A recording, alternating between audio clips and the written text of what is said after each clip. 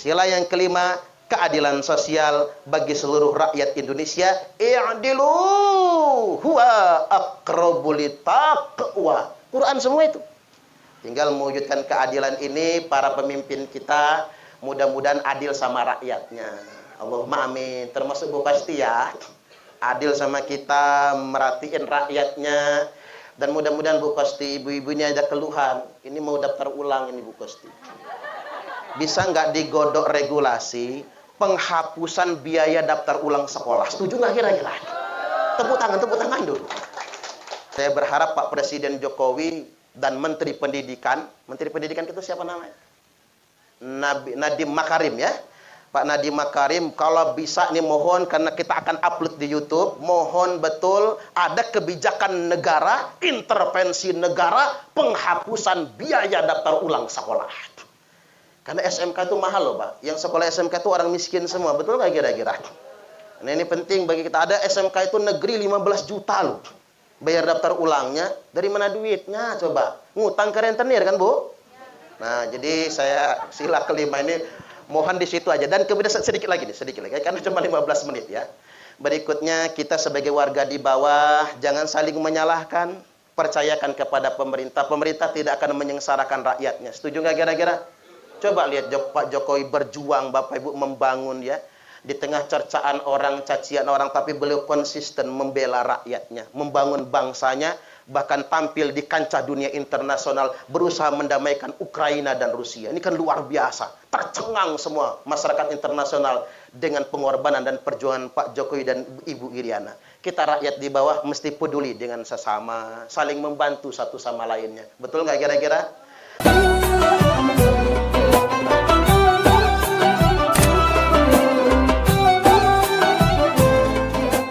Anggota DPRD Provinsi Lampung, yakni Ibu Kostiana SEMH.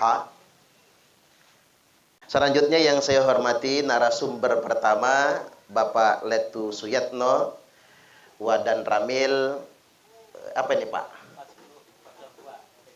Oh TBS ya. Semoga beliau sehat, panjang umur. Habis itu jadi dan ramilnya dong Pak ya. Masa Wadan terus ya. Jadi saya sudah lama jumpa beliau di Makorem Garuda Hitam, karena saya itu dari tahun 2010 itu rutin sampai sekarang, nggak berhenti ngisi kajian di Korem Garuda Hitam. Selanjutnya yang saya hormati Pak Kaling, Pak Amrullah. Tapi kalau Kaling nggak bisa jadi lurah ya Pak. Selanjutnya juga staf DPRD Pak Herman beserta 3 temannya, trio macan Pak ya. Di mana-mana bertiga aja saya lihatnya. Bapak-bapak dan ibu-ibu peserta sosialisasi pembinaan ideologi Pancasila dan wawasan kebangsaan. Baik, saya akan hemat berbicara 15 menit, melakukan stressing, penekanan apa yang sudah disampaikan oleh Pak Suyatno tadi. Karena beliau sudah nyebut dikit tentang khilafah.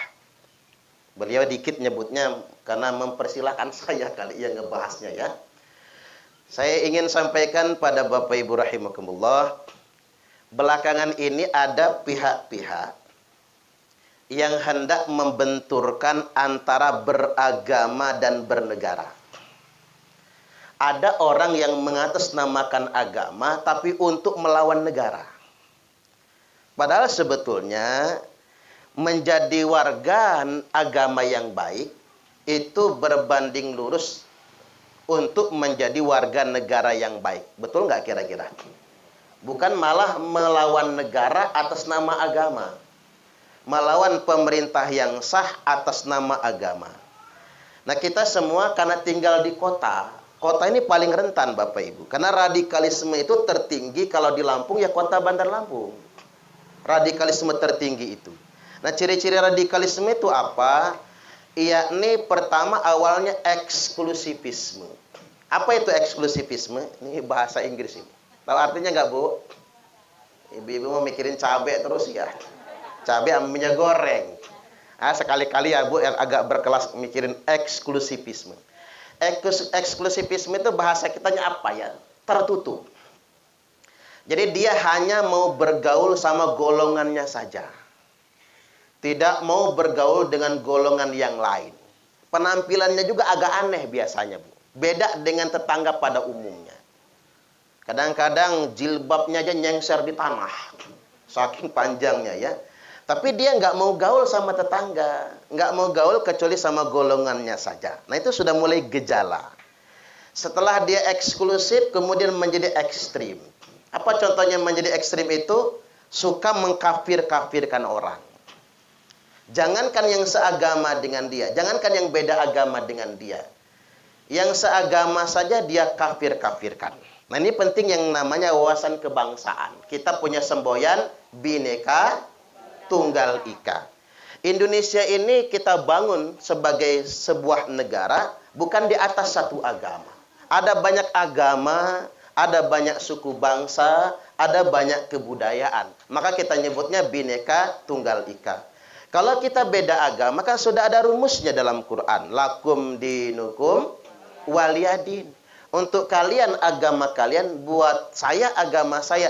Jangan saling menyalahkan. Tidak perlu mengkafir-kafirkan orang. Bapak Ibu boleh mengimani agamanya benar, tapi tidak perlu menyalahkan agama lain. Setuju nggak kira-kira? Saya ambil umpama begini. Bapak-bapak boleh nyebut istrinya cantik. Tapi kan tidak perlu menyebutkan istri tetangga jelek. Betul nggak kira-kira? Itu logika sederhananya. Kalaupun kita beda amalan, kan ada rumusnya juga. Lana a'maluna walakum a'malukum. Buat kami amal kami, buat panjenengan amal panjenengan masing-masing. Jangan ngerecokin amalan orang. Kayak kita hidup bertetangga, urusi rumah tangga kita sendiri. Jangan ngopeni rumah tangga orang. Setuju nggak? Makanya ada pepatah orang di pasaran. Laki-laki yang rajin mencium istrinya relatif lebih panjang umur dibandingkan dengan laki-laki yang mencium istri tetangganya. Setuju nggak kira-kira? Kan logika ini masuk akal. Ya bacok orang, kita jangan macam-macam. Maksud saya begini, kita beda adat, beda suku, beda budaya, beda agama. Ngapa sih kita ngeracukin agama orang? Ngapa sih kita nyalah-nyalahin orang lain? Uang kita saja belum tentu benar. Betul nggak kira-kira? Nah ini wawasan kebangsaan itu sebetulnya ada tenggang rasa, ada tempo seliro, kesadaran kita bahwasanya kita ini beragam. Itu yang disebut dengan Bhinneka Tunggal Ika. Nah hanya saja hati-hati dengan cuci otak. Cuci otak itu kalau kayak di Bandar Lampung lagi meledak kemarin. Khilafatul Muslimin. Ini dia ngaku kekhalifahan umat Islam. Punya khalifah namanya Abdul Qadir Hasan Baraja. Hebat Bandar Lampung punya khalifah, Bu. Ini memang aneh-aneh zaman sekarang ini. Ada khalifah palsu. Ada nabi palsu namanya Ahmad Musodek. Ada Imam Mahdi palsu namanya Yusman Roy. Ada malaikat Jibril palsu namanya Lia Eden. Namanya aja Lia Eden, Lia Edan. Ada lagi apa itu imam besar palsu, ada juga ya. Ada Raja Sunda Empire, palsu lagi. Ada yang ngaku-ngaku Raja Majapahit. Nah hati-hati. Ini banyak orang memanfaatkan momentum. Orang yang sedang bermasalah, direkrut oleh mereka, dicuci otaknya. Nah kita ini paling mudah dicuci otak pakai bahasa agama. Diracuni otak kita pakai bahasa agama. Saya ambil contoh cara cuci otak. Begini. Saya tanya ibu-ibu. Kalau suruh milih Al-Quran atau Pancasila? Pilih, ge. Ya milih dong. Milih Quran apa Pancasila? Suruh milih kok dua-duanya. Emang suruh milih laki, dua lakinya gitu? Ya nggak boleh lah. Milih Quran apa Pancasila? Quran dong. Kan Pancasila buatan manusia. Al-Quran wahyu Allah. Pilih Al-Quran dong. Milih bela Islam atau bela NKRI? Bela Islam dong. Milih taat pemerintah atau taat Allah? Taat Allah dong. 2 menit jadi teroris semua. Iya kan kalau pertanyaannya begitu? Inilah cuci otak itu. Makanya Bapak Ibu jangan heran kok mudah banget ya. Kelompok-kelompok radikal itu ngerekrut orang. Kadang-kadang orang pinter loh. Mahasiswa Unila. Bahkan dosen Bapak Ibu. dosen. Bahkan gelarnya ada yang profesor. Pakai cara yang sesederhana itu mereka mencuci otak. Ya kalau suruh milih ya begitu modelnya. Nah itulah pertanyaan jebakan. Itu namanya pertanyaan jebakan. Dan itu memang sebetulnya bukan pilihan. Agak bener lah ibu-ibu jawabnya pilih dua-duanya itu. Tapi itu masih salah cara ngebantahnya itu. Saya ambil contoh sederhana. Bu, kalau suruh milih taat sama Allah atau taat suami? Jadi cerai sama lakinya. Hilang laki, Bu. Kalau milih taat sama Allah ya dicerai laki. Milih taat sama suami sama Allah jadi kafir kan? Nah itu jebakan maksud saya. Pertanyaan itu jangan dijawab. Karena itu bukan pilihan. Jawaban yang benar, taat kepada suami merupakan perintah Allah. Setuju nggak kira-kira? Jadi kita mentaati suami sama dengan mentaati Allah. Sama kayak pertanyaan, milih berbakti kepada orang tua atau berbakti kepada Allah. Jawaban yang benar, berbakti kepada orang tua merupakan perintah Allah. Makanya ada hadisnya, ridallah fi ridal walidain, ridho Allah ada pada ridho kedua orang tua. Kalau ditanya, milih bela Islam atau bela NKRI? Jawaban yang benar, membela negara merupakan perintah ajaran Islam. Makanya nggak boleh melawan negara. Nih, coba saya bacain hadisnya. Waman mata wahwa mufariqulil jamaah mata mitatan jahiliyah. Barang siapa yang mati dalam keadaan memberontak kepada negaranya, maka matinya mati jahiliyah. Ada orang sekarang ngomong jihad, tapi melawan negara. Ngomong jihad, tapi melawan pemerintah yang sah. Ada kan zaman sekarang? Ngomong agama, tapi melawan negara. Tujuannya mati syahid. Bukan mati syahid. Orang yang mati dalam keadaan melawan negara, matinya mati sangit. Nuduh pemerintah zolim, lalu melawan, lalu membangkang, lalu mati. Matinya mati jahiliyah, bukan mati syahid. Orang nggak paham fikih, Pak. Dalam ilmu fikih, jihad itu hanya sah kalau diperintahkan kepala negara. Jadi kalaupun mau mati syahid, ya Pak tentara sama Pak polisi. Karena Pak tentara sama Pak polisi menjalankan perintah negara. Beliau-beliaulah yang mati syahid. Karena perintah kepala negara. Kepala negara kita siapa namanya? Joko Widodo, Presiden Joko Widodo.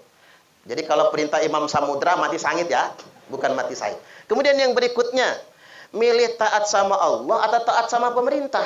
Jawaban yang benar, mentaati pemerintah merupakan implementasi pengamalan hierarki turunan ketaatan kepada Allah. Jelas di Quran, atiullaha wa atiur rasula wa ulil amri minkum. Taat Allah, taatilah Rasulullah dan pemerintah yang ada di antara kalian semua. Kata minkum ini berarti pemerintah negara kita sendiri. Mentaati pemerintah sama saja mentaati Allah Ta'ala dan Rasulnya.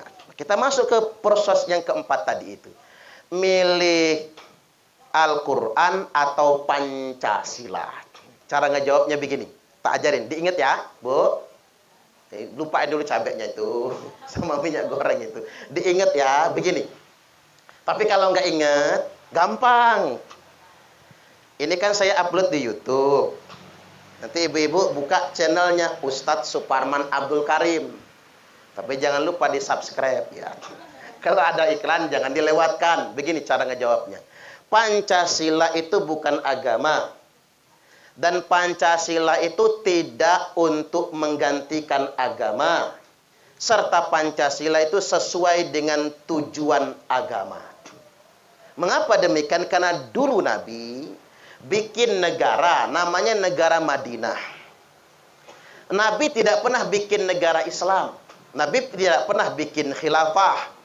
Tapi Nabi membuat sebuah negara, namanya negara Madinah. Dasar negara Nabi bukan Al-Quran. Nah ini yang harus kita ketahui.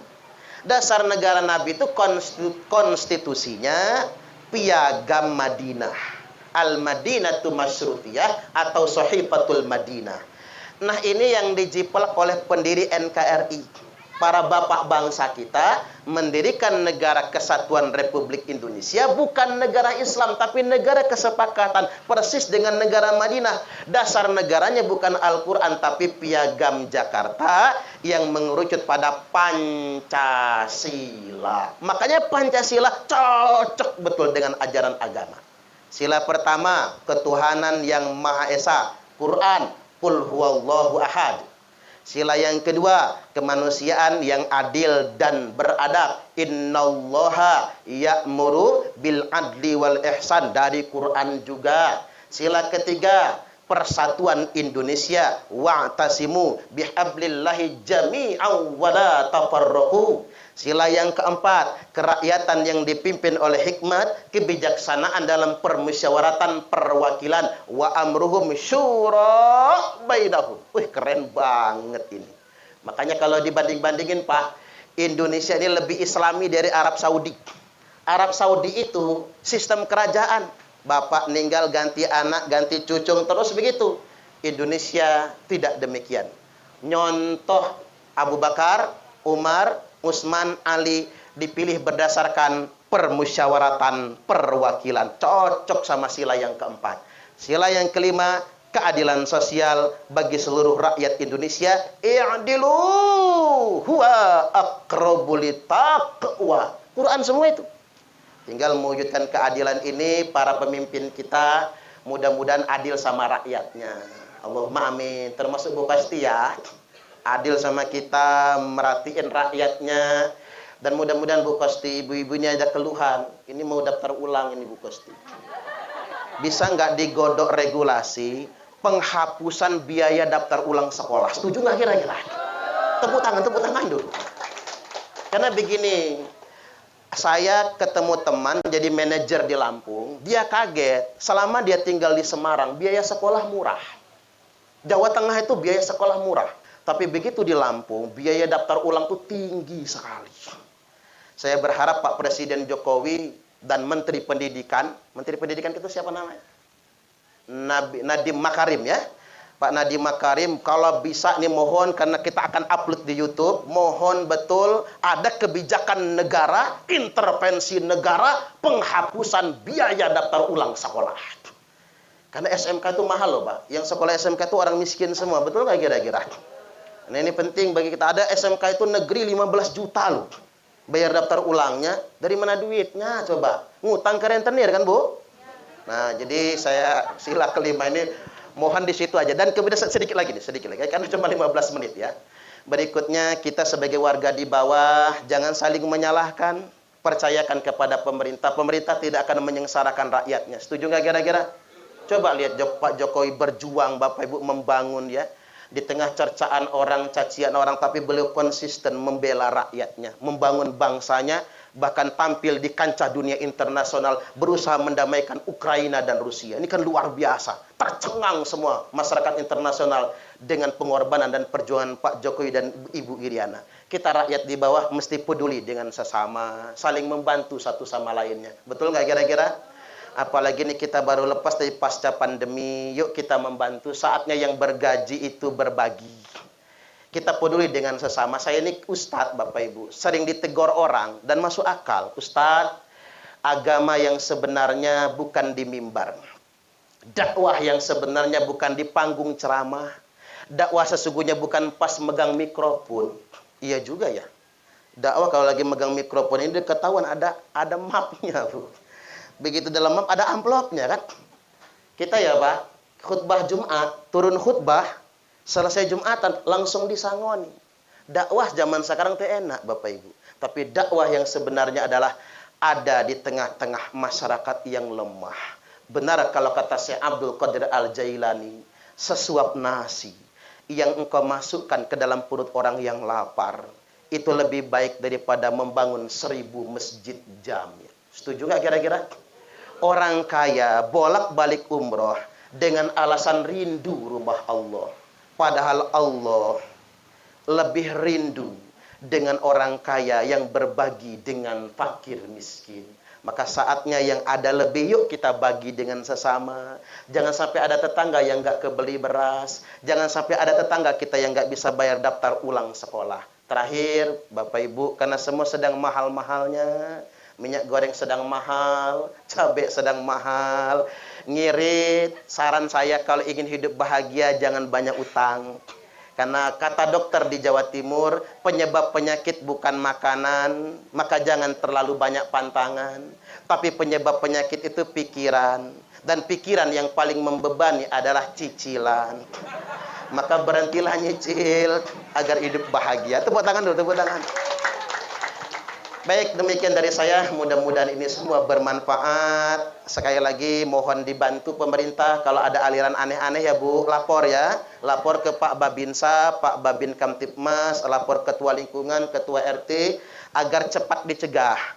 Mereka sekarang masih kecil, tapi kalau mereka sudah banyak, mereka akan merongrong republik ini, hancur nanti seperti Suriah, Irak, dan lain sebagainya. Hargai perbedaan, karena kita hidup di tengah-tengah Bhinneka Tunggal Ika. Demikian, wallahul muwaffiq ila aqwamit thoriq. Wassalamualaikum warahmatullahi wabarakatuh.